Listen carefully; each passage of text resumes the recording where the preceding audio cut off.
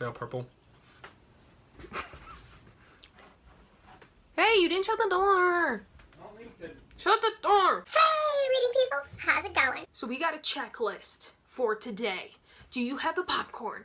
Do you have the feels? Do you have the tissues? And do you have the time? Today is going to be a long one, so buckle up, reader people, and let's go. So today we're going to be talking all about my thoughts and feels on Lady Midnight by Cassandra Clare. While this video is going to be long, I'm going to sum up my entire feels about this book into my Goodreads review. And here it is. Damn it, Cassandra Clare! I thought we agreed you were done breaking my heart in the Infernal Devices trilogy. No! You just had to bring out the last chapter between Emma and Julian. If anyone needs me, I'll be in the corner in fetal position crying. Good day. So yes, Lady Midnight broke my heart. The very quick and simple way to sum this up. For those who don't know Lady Midnight, because Cassandra Clare just puts out hundreds and hundreds of books and you just don't know what's going on anymore in any of them, Lady Midnight follows Emma Carstairs and Julian Blackthorne inside the Los Angeles Institute. This book is now modern day, so Jace, Clary, the whole original gang are all older. They are still a part of this story, but this book is definitely more focused on Emma and Julian. And lordy, lordy, lord, is it good for it. In this book, we discover the answer to the giant mystery of why Parabatai cannot love each other. We discover a whole new world set in modern times with modern problems and modern concerns. The Fae are involved. This is after the cold piece, which is set up in Heavenly Fire. This whole book is full of all kinds of different, difficult, emotional situations, and I can't say much more without getting into spoilers. So if you have not read Lady Midnight, go read it and come back.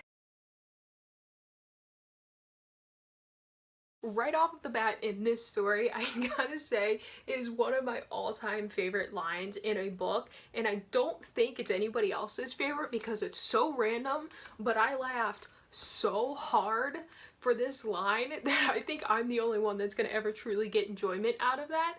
And that is in the very beginning of this story where we have Emma and Christina. They just finished with Johnny Rook and they're on the stakeout and all this, and Emma calls and breaks up with Cameron Ashdown, and she is explaining to Christina why she broke up with him, and all she says is, I saw him call and on my phone is a picture of a llama because I didn't have a picture of him. And Christina's response of, bad time to be a llama. I'm the only one, I think, in the history of the world that thought that was funny. I listened to this entire book on audiobook and I had my headphones in.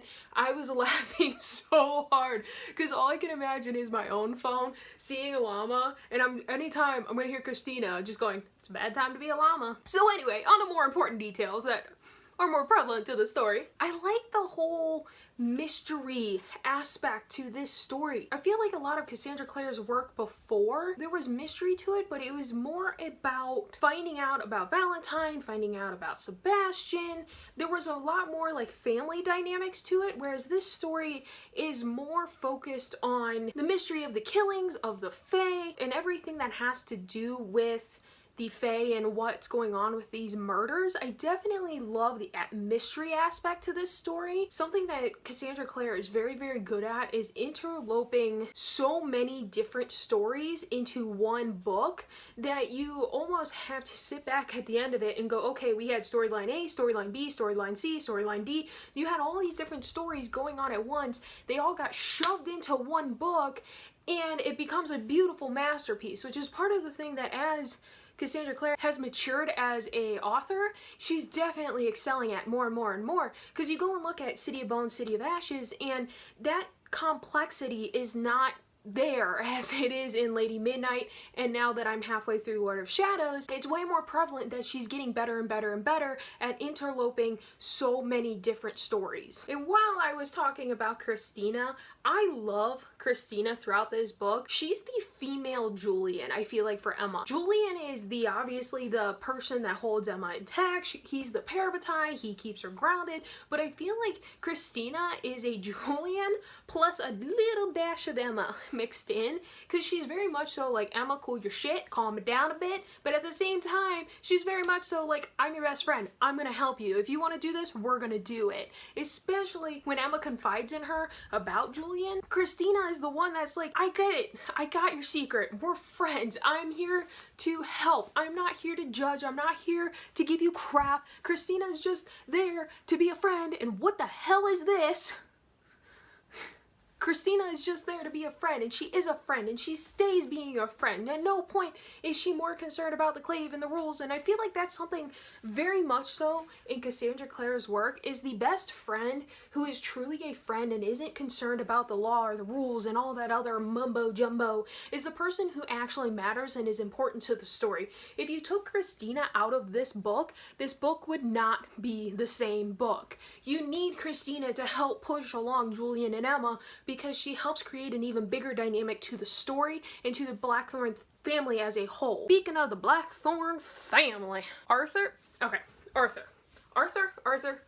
We'll start at the top. There are so many parts of this book that I understand Arthur has issues, and I understand he got attacked by Faye and he has the mental problems, and I get it, I understand it, I know, but Arthur drives me nuts. And it not even so much Arthur, but more so Julian when it comes to Arthur. I understand that Julian couldn't just take over the Institute. I mean, there's so many different aspects to all that, but Arthur drives me nuts because in his lucid moments, at no point does he go to Julian and say, thank you.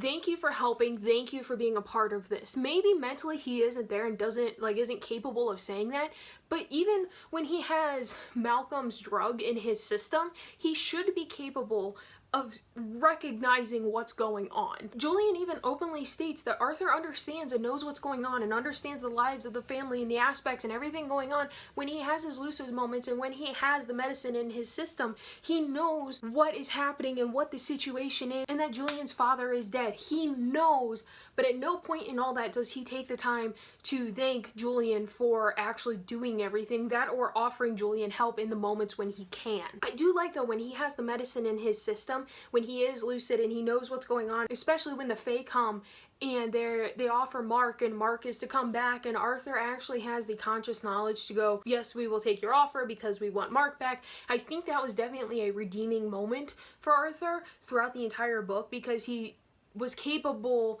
of staying focused long enough to get that deal made to get Mark back, but at the same time moving into the other parental unit, I guess, is the way I'm going to clarify Diana, I guess. Sure. Diana is a giant mystery to me, and I believe that is on purpose, especially because of where I'm at in Lord of Shadows. No answers have been given yet, but I feel like Diana's a mystery on purpose, but it bothers me because I want to know what's up with Diana, because especially in the Mortal Instruments, we learned that you don't trust the teacher figure. You don't trust the person that's come into your life that is supposed to be helping you and help you achieve things and be there for you, and thank you, Hodge Starkweather, for that one. I don't trust Diana because there's no real foundation there to trust her, but at the same time, she hasn't given us a reason not to trust her. Hodge didn't give us a reason until he actually did betray everybody, so I have issues when it comes to Diana, to that authority figure that is just way too mysterious to actually truly be a part of the family and be a part of everything that is going on. Moving on down the line, and I'm going to save Julian and Emma for last because they're the ones I got the most to say about. Moving to Ty and Livy, I feel so bad for Livy. Livy just wants to be parabatai with Ty because they're twins and they've always been together, and I feel so bad for her because she just wants to be with her brother at all times and wants him to always be a part of her life, but Ty wants to go to the Scholomance and he wants to do his own things, which I want that for Ty. I want Ty to go to the Scholomance and do what he wants to do, especially because of the fact, while it's not clarified in this book, because of the fact with our modern day knowledge, we know that Ty is autistic, and I want him to be happy and I want him to do all the things that he wants to do because he is very much so a part of this family, and he's definitely definitely a character that Cassandra Clare has made us care about and made us love and made us feel like we want him to succeed. So I want Ty to go to the Scholomance, but I also want Livy to be parabatai with her brother, but her brother won't be parabatai with her. I feel like I'm perpetually in this knot of what do I want for the Blackthorn twins? And I feel for the Blackthorn twins because they missed Julian's efforts. I believe that they recognize the fact that Julian has done a lot for them. I just feel like they don't realize how much, and I do feel like they start to recognize all the different things that Julian does. They are definitely showing the true side to somebody else in the family stepping up and them just kind of coasting and thinking everything's normal because it's the only thing they've ever known. And I understand that, and I do feel like that is a very realistic depiction of things that happen in real life, so that's definitely appreciated in this book. Down to the next Blackthorn of Drew. I love that it has actually been written into a series such as the Shadowhunters world, that we have a Shadowhunter who is described as being of a bigger build. And by bigger build, I simply mean that she is still fit, she is still considered, like, I guess by our terms, athletic. She is still very much so a Shadowhunter, but she is not the skinny, tiny, perfect little image. Drew is very much so a normal girl, normal human being. And that's not to say there's anything wrong with the super skinny, typical characters that we have. It's just nice to see representation of a Shadowhunter that is outside that mold. And I really do feel for Drew, especially in these moments where Emma is talking about how Drew really had some mental and emotional problems when the typical gear for her age didn't fit. And I really feel for Drew because I've been there, and I know many people have been there, and I definitely feel for her. And it's definitely something that is realistic and unbelievably appreciated in this type of book. Now, moving on down to little tiny Tabby. I think Tabby is adorable. I love that all he cares about is Julian, and he just wants to hold on to Julian because he loves him, and that is Jules is his. And at the same time, like, I feel the sad aspect of that in the fact that Julian is the only father figure that Tabby has really known, and therefore anytime Julian is not around, Tabby has like that emotional loss of losing a father. And especially even the moments where Julian talks about how he tried to save Tabby from the emotional like trauma of the Dark War, but Tabby still has nightmares and issues and problems from the Dark War. Once again, on this never-ending tirade of realistic things out of Lady Midnight, I think that's very realistic of we expect kids to not notice and not understand what's going on around them, but it's not about knowing and understanding, it's just simply the fact that they witnessed it, so therefore it is going to cause problems emotionally and internally, even if the children do not understand what that is. Well, now we're gonna back it on up to Mr. Mark Blackthorn. Mark blah blah blah blah Blackthorn. I personally really enjoy the character of Mark. I think Mark is a very strong, very accurate, very emotionally driven character, even if he doesn't want to be. Mark is so torn between his family and the Wild Hunt that if it weren't for Kieran getting involved in causing problems, I really do truly believe that Mark would have gone back to the hunt. I have that internal feeling that if it weren't for Kieran whipping Julian and Emma, I really do believe Mark would have gone back. Which I get, because besides like the emotional torture, the stealing from the dead, and all that, like the Wild Hunt sounds awesome. It sounds like a fantastic time, minus the really, really bad parts. Hearing this story from Mark about how when he was in the hunt and how he held on to being a shadow hunter, and that's what mattered to him, is showing that he was a shadow hunter and still holding on to it internally, and how he would only actually admit it at night when Kieran and him were alone. Just that whole moment was very like emotional for me, because it was just the representation of he wanted to hold on to who he was and who he knew he was, but he couldn't voice it to the people outside. Mark is just so beautifully complicated, and he knows he loves his family, he knows he cares about Kieran, he knows all these things about himself. He just isn't capable of truly expressing them, only because of the fact that he spent so many years around people who told him no.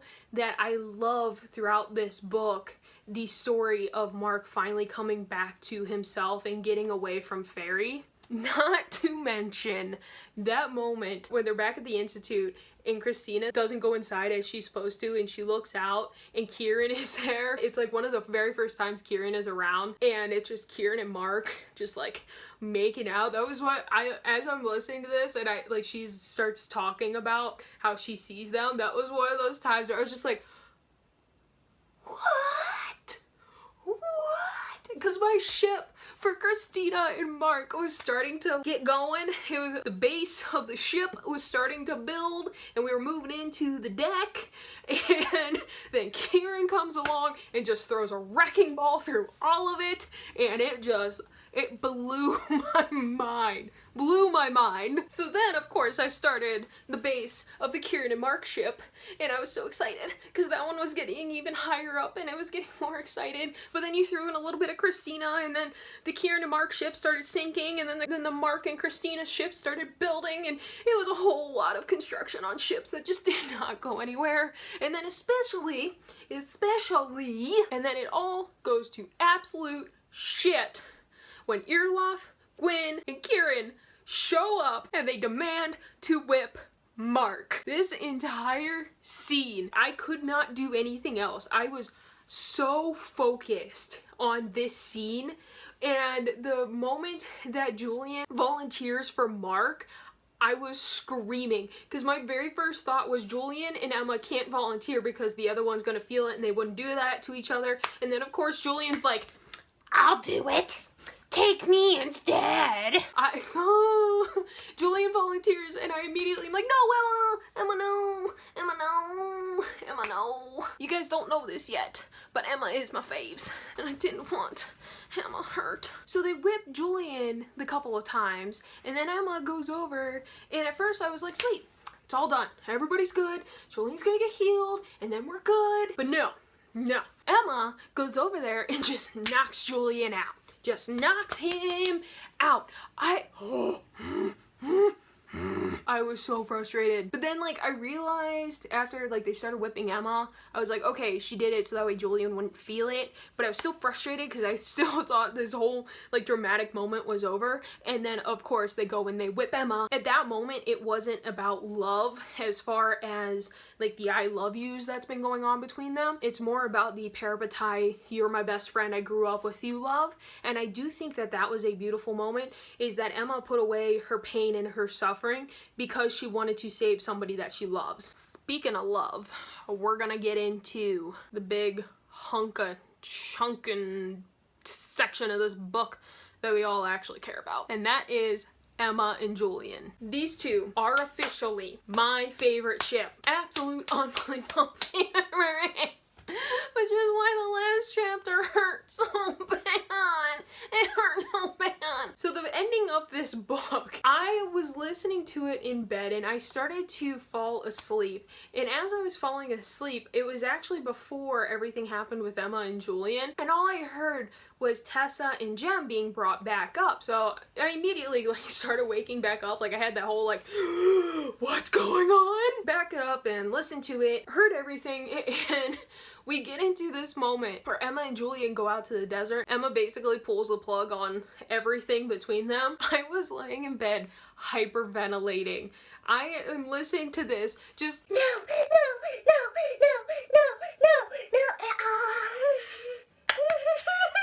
I was having full-blown infernal devices, flashbacks of Will, and it hurt. It hurt so bad. Especially when Emma, because she knows Julian so well, when she's like, Mark and I would make more sense. It hurt so bad. My babies are hurting. On the opposite side of the spectrum though, the whole beach scene, when Emma first goes to check out the Convergence by herself, as she's first leaving and she tells Christina hey, cover for me and all that, when she first leaves, all I kept thinking was, you're an idiot. You're an idiot. Get Julian, get Christina, get somebody. But no, she goes to Convergence by herself, gets swept out to sea. Although when she's in the sea, I was having full anxiety for her because of all her anxiety about the ocean, and I really felt for her. It felt really bad. That moment where Julian is in the institute and he's having the breathing problems, that's definitely when I realized that we're getting more information about the Parabatai bond, because yeah, you have Alec and Jace where they experience each other's pain, but at no point did they experience drowning because the other one was, or anything similar to that. So that was definitely one of those moments where like the light bulb kind of went off that there's something bigger and stronger going on here. And then we get the beach. We get the beach. And if you're this far into this video and you don't know what I'm talking about and you've already been ruined this far, I suggest you go read the book. That beach scene, I was so happy. And of course, it happens so early on in the book that you know it's all going to crumble, and as I've said before, it does crumble. It crumbles epically. This also ties back into the first thing that I said is the mystery of this book, to where you have the footprints up to them in the morning, where Julian doesn't know who it is, Emma obviously doesn't know who it is, and it's that whole mystery hanging over most of this book of who saw them and who knows. So there's always this like added mystery when somebody says they want to talk to Julian or Emma. You're like, do they know? Do they know? Do they know? And that's definitely more of Cassandra Clare's writing, to throw in that aspect of who knows about Emma and Julian. But then you have the little moments, like in the art room where Julian finally shows Emma all of the portraits of her. That was so beautiful. It was so beautiful. Him comparing her to art and that she's beautiful. It was a very heartfelt moment. And that's part of why the end of this book hurt so much, is because there's so many heartfelt moments where Julian is just pouring it all out there, is just giving it all out to Emma, and Emma is constantly either returning it or slamming it down. And the emotional roller coaster between those two is part of what made this book. Now I'm going to stop ranting about my babies for a second. We're going to move on to other things. Something else that is very good within Cassandra Clare's writing that I really enjoy, that is also in like a Sarah J. Maas kind of writing, is the fact that you are giving clues at the beginning of a book that come full circle by the end. And that is like the definition of Kit Haringdale and his father Johnny Rook. From the beginning, the very first chapter, if you've read this kind of story enough, you know that something is going on with that random character that was mentioned in the beginning of the book. It's just a matter of when that something comes along and what that something is, and finding out that Kit is a Haringdale is definitely a big, big, big, big deal. And I love that part of what made it a big deal is that Tessa and Jem purposely made it their mission to go find this Haringdale, and that they come around just as Johnny Rook is killed, and so you have Emma, Tessa, and Jem all rescuing this kid that doesn't want to be rescued. Okay, he wants to be rescued in the moment because he doesn't want to die by the creepy ass demons. Overall, he just wants his life. He doesn't want to be a part of the Institute. But I do think it's going to add some interesting elements later on when it comes to Kit Haringdale and having the name of Haringdale. You obviously definitely needed Magnus for us to fully understand Malcolm and how creepy the necromancy is that Malcolm does. And Malcolm is definitely, if like Magnus is our like perfect awesome warlock, Malcolm is definitely our worst awful warlock, not just because he's obviously the bad guy in this book, but because of the fact you have that opposite spectrums between high warlocks. That definitely gives a fantastic contrast to this book, because you have Magnus who helps and you have Malcolm that destroys and is apparently obsessed with raising his old girlfriend. Dude, it never ends well. It never ends well. So what did you guys think about Lady Midnight? Have you read it? Have you read Lord of Shadows? Let me know down below. I post videos every Monday, Wednesday, Friday. As always, make sure you like, make sure you subscribe, and I will see you next time.